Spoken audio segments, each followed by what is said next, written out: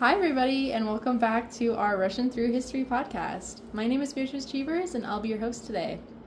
Please join me in welcoming our guest, Chase Sumter. He is a history major at our University of Idaho.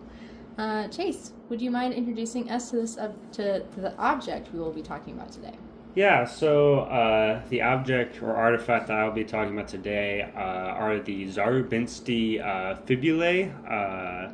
They're kind of like brooches, and they were produced by a Proto-Slavic culture, which is the Zarubintsy.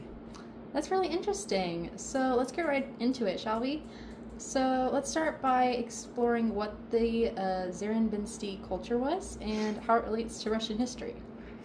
Yeah, so although most scholars aren't completely sure, the Zarubintsy culture was a Proto-Slavic culture, like I mentioned earlier, and we believe it was around Ukraine and Belarus, which is what modern scholars agree to be the Urheimat, or the homeland of the general Slavic people. And that place can also be referred to as Polesia, right between what we call today Poland, Ukraine, and Belarus. And the general theory is that these Zarubintsy were the precursors of the Kiev culture, which we can definitely say was Slavic. And the Kiev culture would later become the Korchak culture, and then the Volintsevo culture, with this one being among the last purely Slavic cultures before being conquered by the Scandinavian Viking Rus, which would then make them the Kievan Rus. However, it can be kind of hard to distinguish what among the Zarubintsy culture was definitely Slavic, which is funny because I consider them purely Slavic before being conquered by the Scandinavian Rus. But we know that they were heavily influenced by Scythians and Indo-Iranian people, Germans, the La-Tène, who were Celtic people all across Europe. And it is actually from these La-Tène that we get the fibula design that we see. Okay, so from what I'm understanding is that they're basically the ones who started it all? Well, yeah, as far as we know, maybe, but the scholars aren't completely sure yet. It's because a lot of the artifacts that we actually find around this time and this place, it's kind of hard to distinguish between the Scythians, the Indo-Iranian people, and the Celts. I think because they traded so much and influenced each other so much.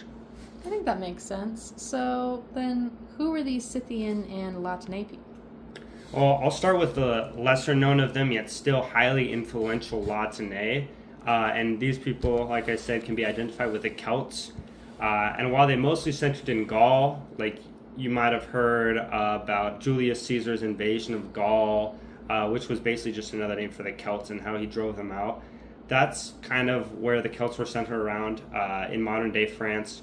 But they literally stretched all across Europe, and they went as far as Anatolia, Asia Minor, or what we call today Turkey. And we know they are known a lot for having very swirly art designs. You might have seen a kind of Celtic symbol. It's like three branches that circle off into a little swirly thing. And they were known to trade with all kinds of people, influencing all their works, going as far as to trade with and partly even influence the Scythians, who are a very major group. Now, these Scythians, their heartland was much closer to the Zarubintsy people, what we kind of know as also the general heartland of the Proto-Indo-European people. And this is interesting because the history of the Scythians and Indo-Iranians in general are very much connected to the Slavs because they're all an Indo-European group. And since the inception of the Proto-Iranians, they have kind of hung around that area, like I said, the Eurasian steppe, the Caucasus Mountains, the Iranian plateau. These Scythians, these specific Scythians were situated north of the Caucasus Mountains in the Eurasian steppe, which directly borders our proposed Proto-Slavic homeland of Polesia. And indeed, Many scholars, although there's not a complete consensus, think that there may have been a certain amount of Proto-Slavs among the Scythians, and it honestly even goes much deeper than that. And how deep would that be? Well, many linguists have proposed that Balto-Slavic, which is the precursor of the Baltic and Slavic languages, I see we're going really far back here, which this is kind of my expertise. Some believe that it was related to the Indo-Iranian languages, which is, like we said, the precursor of Iranian and also Indic languages, as we find in North India.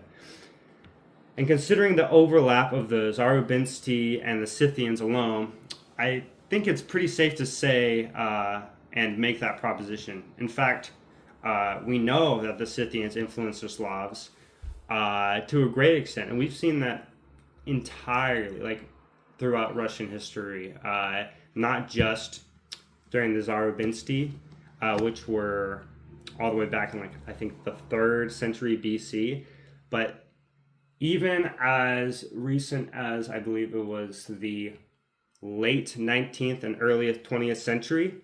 A really good example of this would be Alexander Blok, that we've actually talked about in this Russian class. He wrote a poem called Scythians, in which he kind of tries to relate the Russians of the time to the Asiatic Scythians. It's almost kind of like reclaiming a slur, which is very interesting, because a lot of Europeans throughout European history would refer to Russians as Scythians or Huns or an Asiatic people, not European people.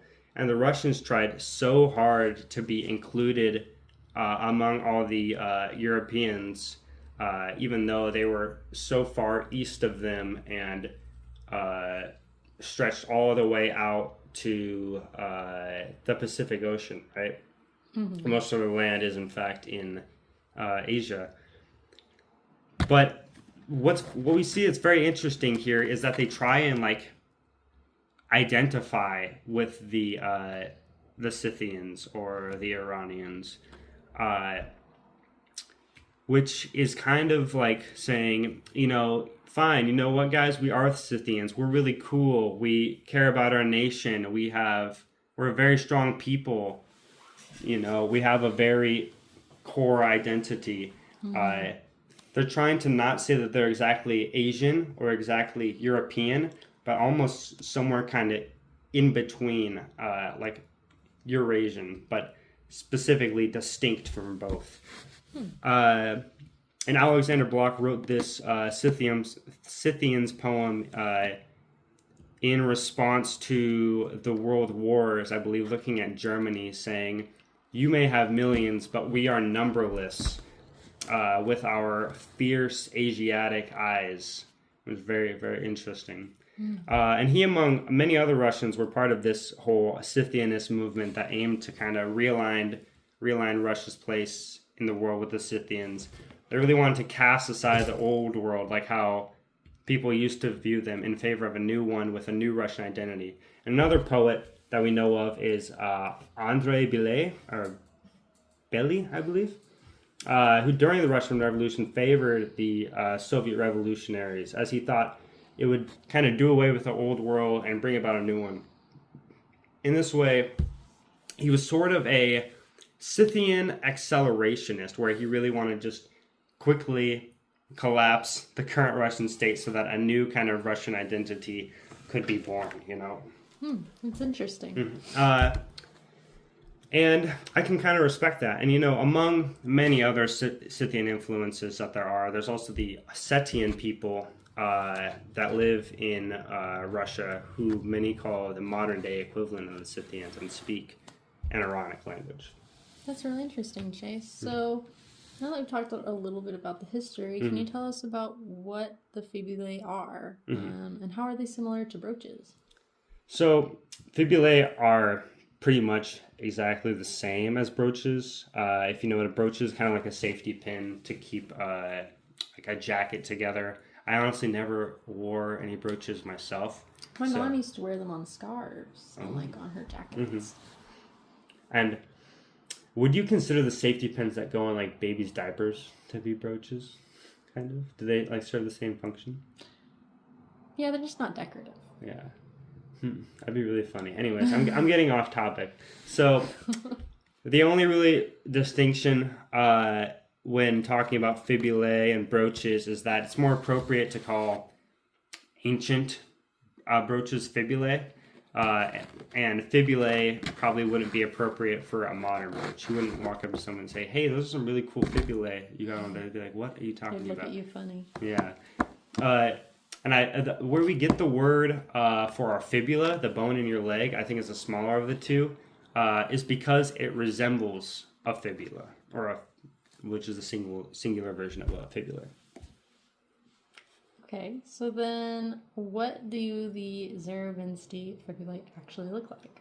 So I will actually pull up a picture for you. If you go down, you should be able to see it. You see that?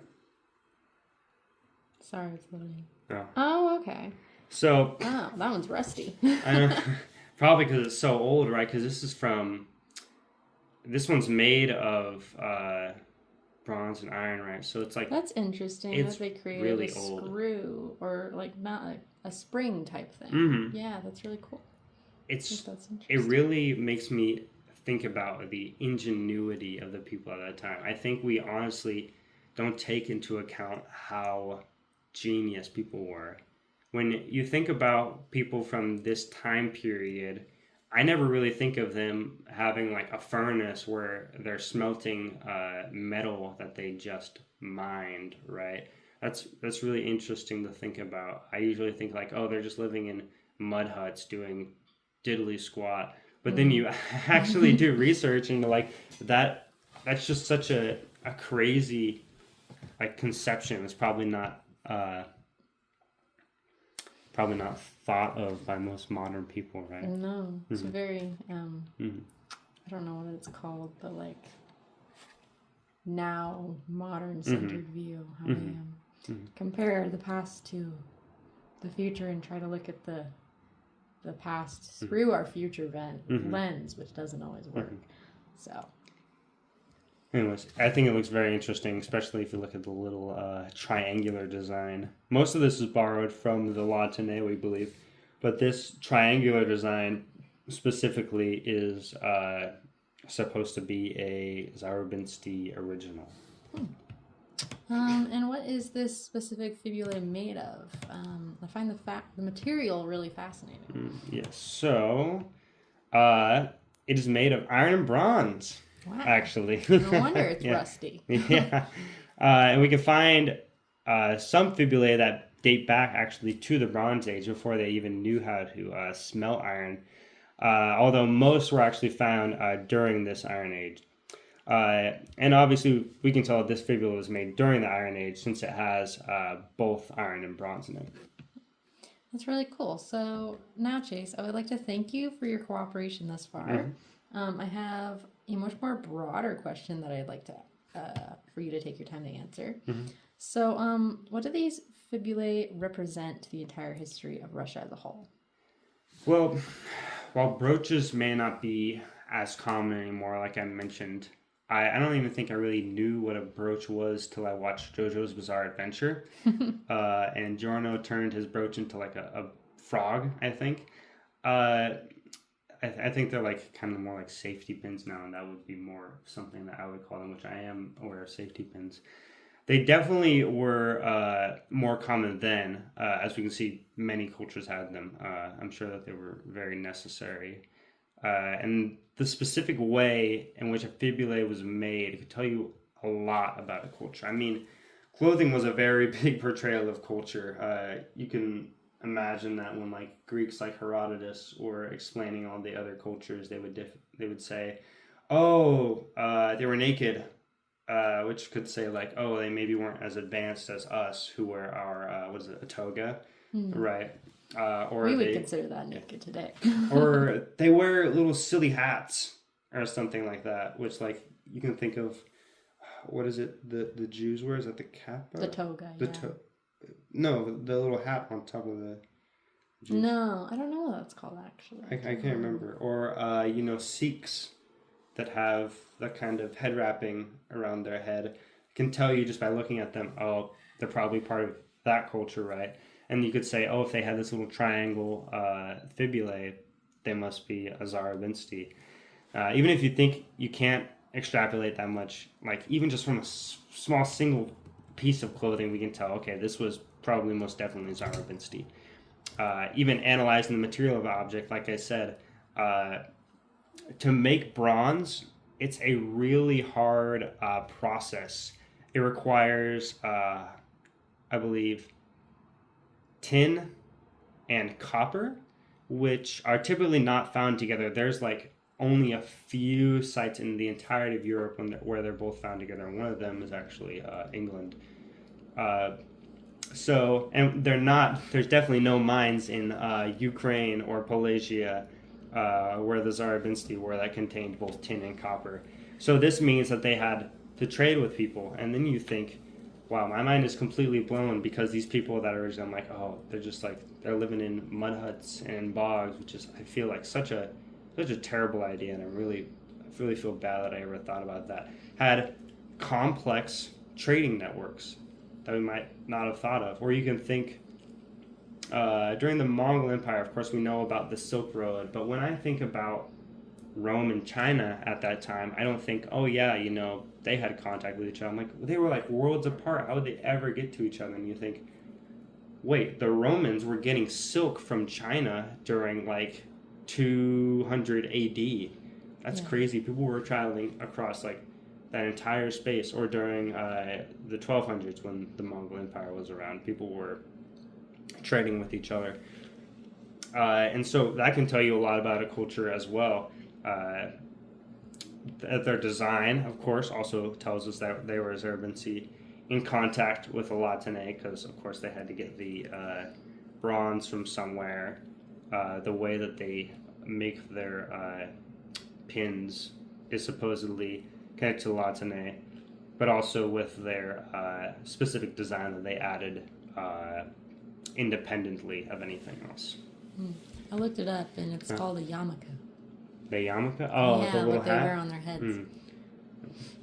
Okay, so that is really interesting to think about. I also get messed up on those sorts of things. I often don't associate history with trade, which is so much intertwined. So, what exactly makes the Zarubintsy? Yeah, the Zarubintsy. What makes them exactly historically significant?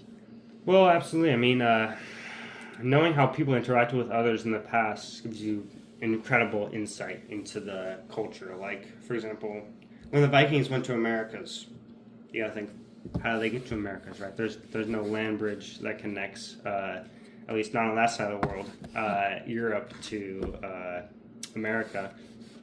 So you can assume, well, they must have been like a seafaring culture, right? They had to have boats to get there. And we know that they made settlements because I believe it's like, I can't remember the name, but it's a meadow in Canada with a French name. We found one of the Viking settlements there. But we can only tell that they lived there for a few short years. So did they intend to stay? Or did something happen to them that made them abandon their settlements? So we can extrapolate just a lot from that.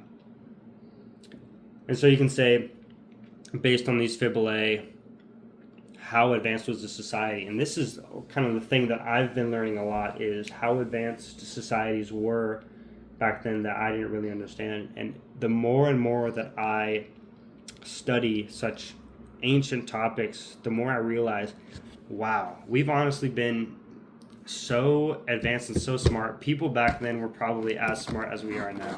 And a lot of times you might have seen IQ tests, right, that say, oh, every year we're getting smarter and smarter and smarter. But I find that hard to believe. Or at least I don't think we're getting dumber, but I think that humans have always been so smart. I mean, imagine having literally nothing and being able to come up with entire empires, or like it's crazy the amount of stuff that we've been able to do. And that's why I think such even like small little artifacts that are left behind can tell us such a big story. You might have even heard of the Denisovans in Asia, where we just found a tooth, right? It was just a tooth. Is that correct? Do you know? I don't know. And then from the tooth, you can tell what they ate. Yeah, you can tell what they ate. Stuff. You can get all their DNA. You can like tell by the wear and tear, like any type of like some sort of diseases they had, maybe. Exactly. Or something like that. Or if there was like scratch marks on like people's bones, you could tell maybe that they were like flaying with the bones and eating other people, which I've heard as well. Maybe not from Denisovans, but I think from Neanderthals. And come up with an entire new human species based on just a tooth. So you can imagine finding one historical artifact and being like, this does not match up with any other culture we've seen. What is this? And you say, well, maybe it's related to this, maybe it's related to that, or maybe you just found an entirely new culture. And I think that we've also found a lot of these fibulae among Zarubintsy graves. So we know they cremated their people, but then they also buried those pots and filled them with food and ornaments, including spiral bracelets, which I assume are connected to the Latine, and then the artifact of our discussion, the fibulae. So we also know, of course, that they had more of a complex ritual surrounding, surrounding death, and society in general is a little bit more ritualistic, which honestly should be no surprise because we've had rituals for literally ever. But I find it very interesting that a brooch would be so significant that you would bury it among other things. I think it must have had kind of a big wealth aspect then, because I would think you can only get the fibulae if you were able to trade first for bronze, right? And then you would wear it, and so it's more like, oh, look at the more fibulae I have, the wealthier of a person I am. It becomes a status symbol. Yeah, a status symbol along with like your bracelets and how much food even you're bearing. That's just kind of what I can extrapolate based on that. But of course, the Zarubintsy culture disappeared, most likely due to the movement of Celts, Thracians, and Sarmatians, which are another Indo-Iranic group.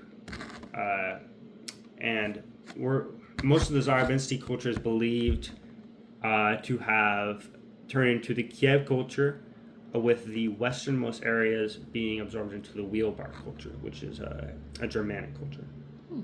That is also very interesting, Chase. I really appreciate you sharing all this information with us. Of course. Do you have any other questions for me? I think you explained everything super well. All right. So we really appreciate your time. Thank you so much. Okay, thank you guys so much for listening to our podcast. Tune in next week for our next episode of Russian Through Russian History.